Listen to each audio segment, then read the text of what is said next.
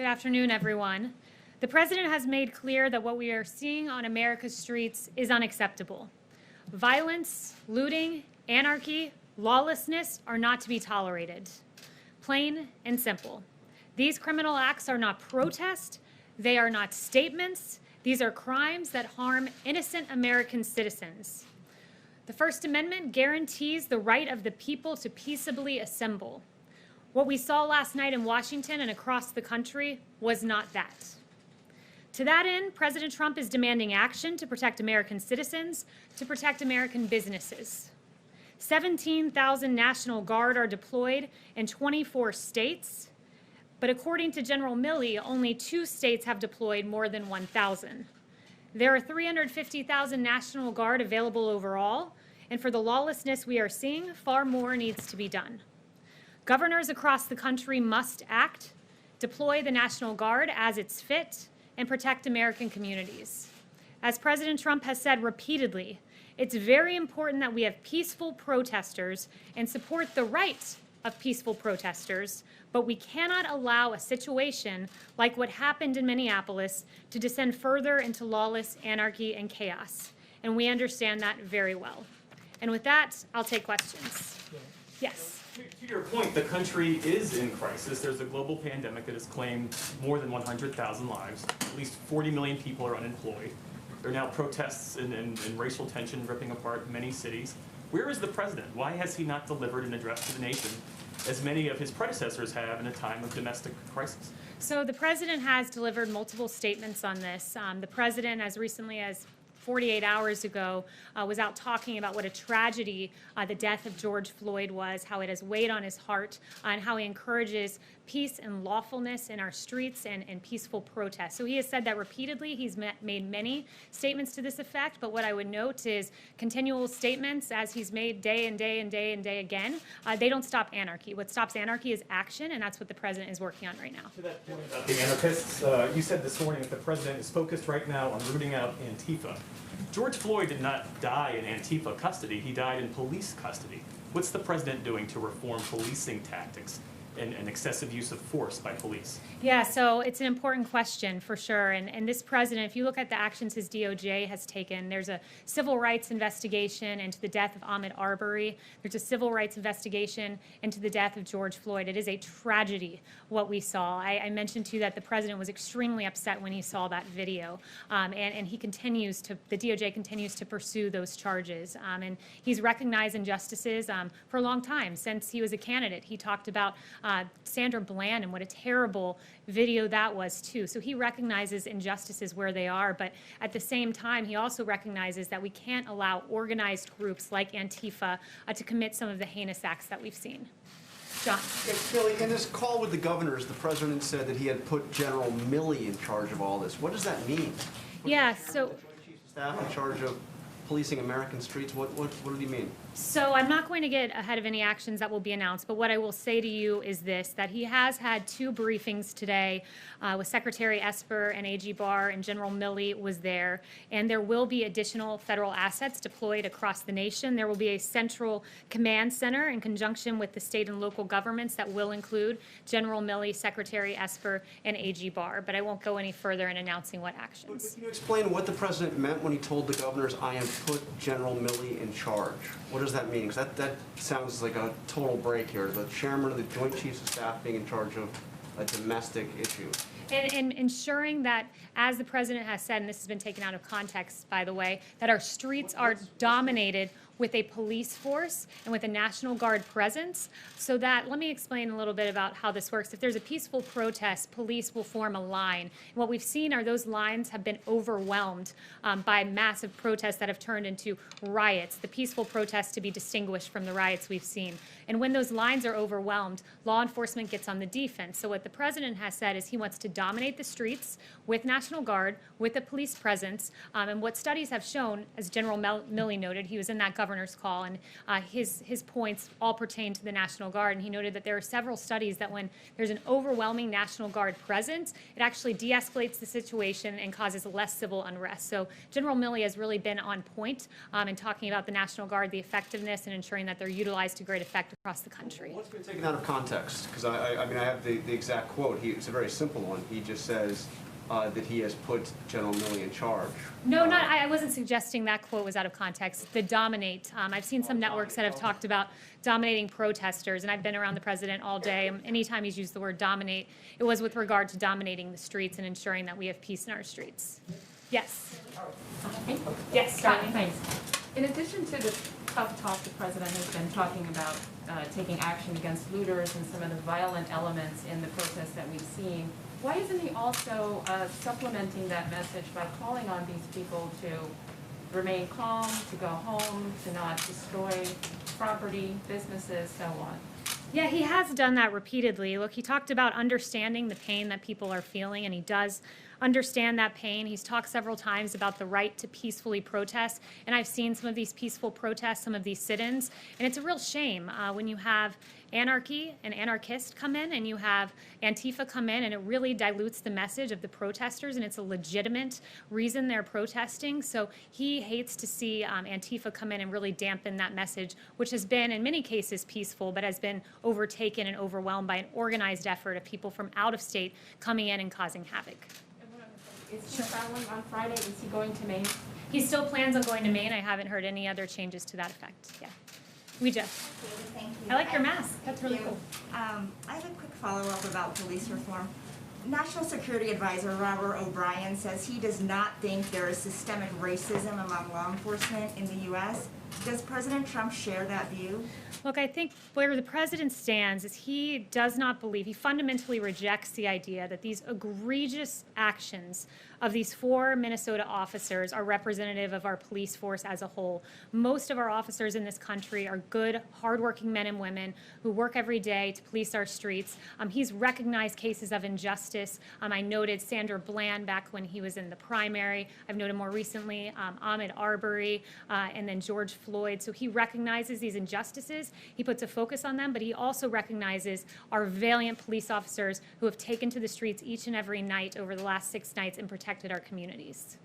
And on Antifa, can you explain what the legal authority the president has is for designating Antifa as a terrorist organization? And can you also talk about why he does not want to label white supremacist groups that are domestically located as terrorist organizations as well? So let me address the first part about legal authority. Title 18, Section 2331 allows that the term, it defines domestic terrorism as involving acts dangerous to human life that appear intended to influence the policy of a government, and other elements are laid out, and it allows the Department of Justice, when utilizing this statute, to invoke greater investigatory authority and to invoke harsher penalties. I would note that the Justice Department has in the past used domestic terrorism in consultation with acts of white supremacy or what were racially motivated acts. Like in April 2020, a Florida man pled guilty to threatening an African-American Charlottesville City Council candidate.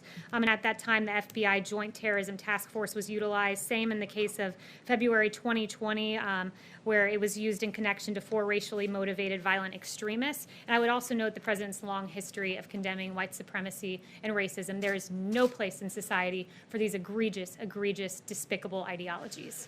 Jen. Why haven't he designated any white nationalist groups as terrorist organizations? It has been used. I explained how in this case that domestic terrorism will be used as a way that the crime is prosecuted. It's a prosecutorial method, and it was utilized in the same exact way with regard to white supremacy. Yes. Kayleigh, on the Minnesota police officers, is he suggesting that they should be charged as well as the officer who's already been charged, the other 3? And also on Antifa, can you explain a little bit about how would he know, or how is he talking about how you would identify members of Antifa since they're a very loose organization, it would be very difficult to tell who is part of Antifa. So first, I was just on the call with the president where he expressed his dismay with those 3 officers who watched. I'll leave it to the state to pursue those charges if they decide to. It was the state that pursued the initial charge, but the president has expressed his complete dismay with those actions. With Antifa, I do think it's important to note that they are a big element of this protest. AG Barr has noted that. Ambassador O'Brien has noted that. We have ample evidence that DOJ has received indicating that Antifa is responsible for that unrest. But as to exactly how Antifa is identified, that would be more of a question for DOJ. Yes.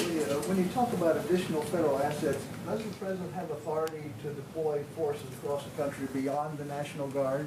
He does, and look, we're looking at every tool in the federal toolkit available to us. You know, ideally, this would have been resolved at the state level. The states, after all, have the police power embedded in the 10th Amendment, and it is their responsibility to patrol their streets. But you're right to say that there are many federal authorities, including the one you cited, available to us. Did you bring this up with the governors in the phone call today? The focus of the call with the governors was really the National Guard, not that specific tool in the toolkit that you mentioned, but the National Guard and how it should be utilized much stronger than it's currently being utilized. Yes, I will go to, let's see, Jeff. Okay, thanks. Following up on what John was asking earlier, Governor Whitmer, she said she found the president's call today deeply disturbing, and she said the president told the governors they need to put it down or they would be overridden. So what, I mean, is there a specific authority he's using? Because as you know, Posse Comitatus really prevents the use of the army to put down domestic insurrection of any kind. Yeah, I don't know why Governor Whitmer would be dismayed at the president telling governors to do their job. It is their responsibility to police their streets. They have the police power embedded in the Constitution. They have quite clearly, many of them, failed to do their job. Look at the scenes we have seen. And it's gotten to the point where today the president has said, enough is enough. You know, there are tools I can use, namely deploying National Guard, many others that Steve cited one, the Insurrection Act. It's one of the tools available. Whether the president decides to pursue that, that's his prerogative. Right now, we're looking at a focus on the National Guard. That's where it currently stands. And, you know, there's a distinction between the National Guard and military forces in the street, I would note. The National Guard are the friends and neighbors in these communities who are used, and as I noted, the study from General Milley, used to great effect when they are deployed. So the focus of the call was the National Guard, encouraging the deployment, far more than the 17,000 out there, and utilizing them this evening, certainly. Would you like to see 100,000 National Guard on the street or 200,000 right now? I won't put a number on it. I think it's incumbent on governors to look at the situation. You know, a case in Texas might not merit the same thing as, you know, New York City. So he's encouraging the governors to up those levels, but there's not a specific number that he has in mind. David. Kayleigh, there is a perception that the president is hiding in the bunker on the racial protest issue. He was literally put in the bunker on Friday night by the Secret Service. I mean, would you agree that he is hiding out on this issue, and is that a good posture to be in? I would not agree with that at all. Look, I was on the phone with the president at least half a dozen times yesterday, and every time I talked to him, he was telling me about a different action he had taken, whether it was talking to a governor about this or a foreign leader about ventilators. This president has been leading. He met with generals yesterday. He's each and every moment taking another action to try to solve and resolve what we've seen in our streets where the governors have failed. He's stepped in. He's acting. He's hard at work. You've heard from him on this issue any number of times, and he's working because that's the job of the president, is to keep this country safe. Well, we haven't heard him on camera that much. Is he going to give some kind of speech or a specific event about, you know, all these disturbances in hundreds of cities? I really think that that's a misnomer in the media. You know, it was really appalling, some of the coverage I saw, like the New York Times yesterday made no mention of the myriad times that the president has spoken on this issue. Instead, in paragraph 14, they made a cursory mention of his remarks at Space Force, most of which, at least half of which, pertain to George Floyd. There was a Washington Post article with an egregious headline about Trump staying silent. He hasn't been silent on this. I have a whole list of his remarks there, and instead, paragraph 23, they note, oh wait, we're contradicting our own headline. The president did in fact make remarks. Contrary to the silent headline, you had Don Lemon on CNN saying at 9:38 p.m. on Saturday night, the president's been silent. Ironically, that comment came 4 hours after the president was quite audibly speaking at this issue. I was there for the remarks, and then you had CNN double down the next day, Sunday afternoon, saying the president was silent. And, you know, I don't want to bore you with reading out all of his statements, but it sounds like I should read a few, like the president saying it's a grave tragedy that filled Americans all over the country with horror, anger, and grief, and I stand before you as a friend and ally to every American seeking justice. He said, I understand the pain the people are feeling. I can go on, but I would just be repeating what the president has already said, because make no mistake, this president has not been silent, and at this moment, he is acting to protect this country from the lawlessness we saw just out here in Lafayette Park last night. Yes. In a particularly egregious act, St. John's Church, Church of the Presidents, was targeted last night. Graffiti all over, set on fire. What is the president's reaction to that, please? It's hurtful, honestly. I think it's hurtful on a number of levels. Look, the VA was defaced. Literally the word veteran spray painted out of the placard in front of the Department of Veteran Affairs. The Lincoln Memorial defaced. How does that make much sense? The place where the March on Washington began, that momentous occasion in the history of civil rights, that memorial was defaced last night. That doesn't honor the legacy of George Floyd. It doesn't. And certainly not the burning of St. John's Church. Look, St. John's, I think it's important to go through a little bit of this, but Reverend John C. Harper was the St. John's rector many centuries ago, at least decades, centuries and a few decades ago. And here's what he was told. He was told he needed to close St. John's because he couldn't leave it open for the March on Washington because, quote, it might be a bloodbath. But he stood boldly. He stood boldly and he stood on the side of justice. And on the day the March on Washington happened, here's what was sung from that church. One family on earth are we throughout its widest span. Oh, help us everywhere to see the brotherhood of man. And of course, we know that the March on Washington ended with Reverend Martin Luther King Jr. giving that incredible speech, I Have a Dream.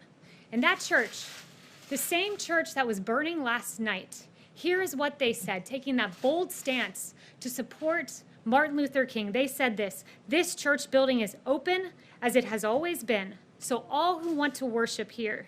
The ministry of this parish is extended to any who seek it. Our fellowship with one another has no limitations whatsoever. That church supported the bold civil rights moment of the March on Washington, which began at the Lincoln Memorial. That doesn't honor the legacy of George Floyd. It doesn't further the cause. And those are violent anarchists, Antifa, who are taking advantage of the pain of people, the pain of the peaceful protesters. It's inexcusable, and we have to stand as one America against the burning of the church and the defacement of the Lincoln Memorial. Chanel.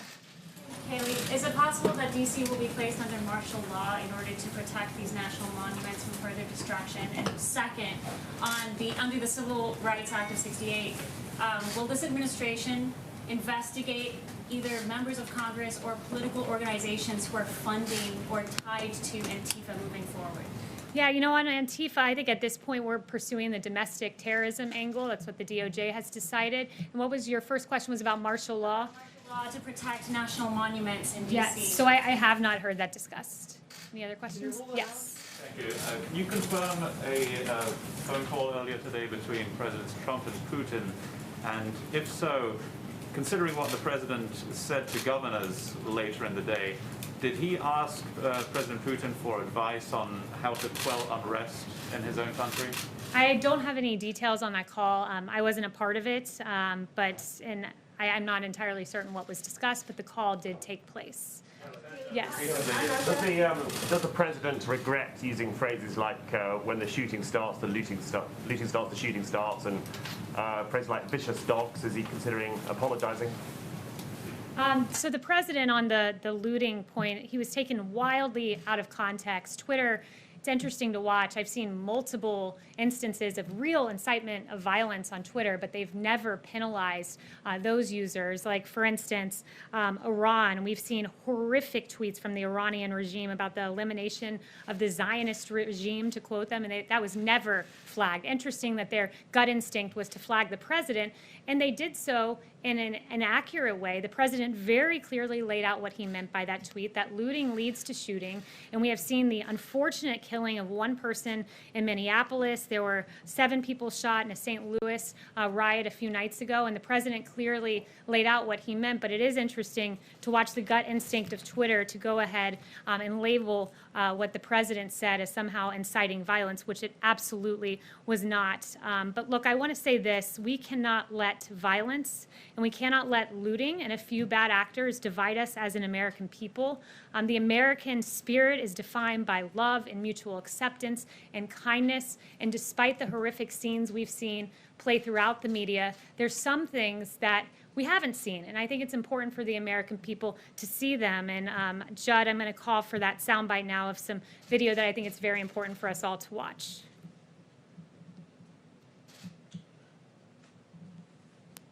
We want to be with y'all for real. So I took my helmet off and laid the batons down. Yeah. I want to make this a parade, not a protest. Let's walk.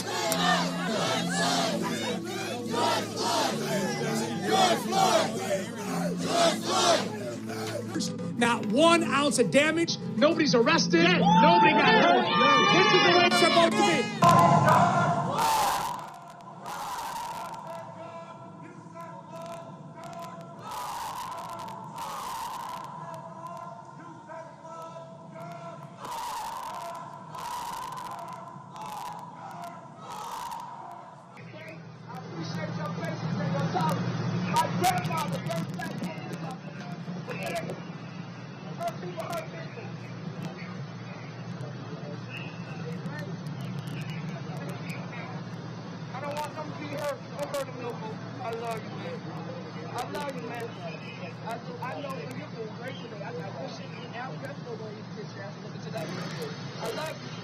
Louisville, a human chain protecting an officer separated from his unit.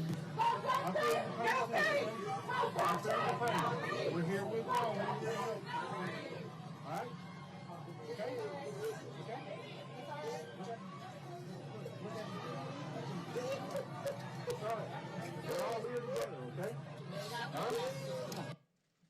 Across the country, we've seen examples of police protecting protesters and protesters embracing police, and it's been beautiful to watch, though those images have not been played all that often. And I just want to leave you with a quote from Martin Luther King Jr. that we must learn to live together as brothers, or we will perish together as fools. Thank you.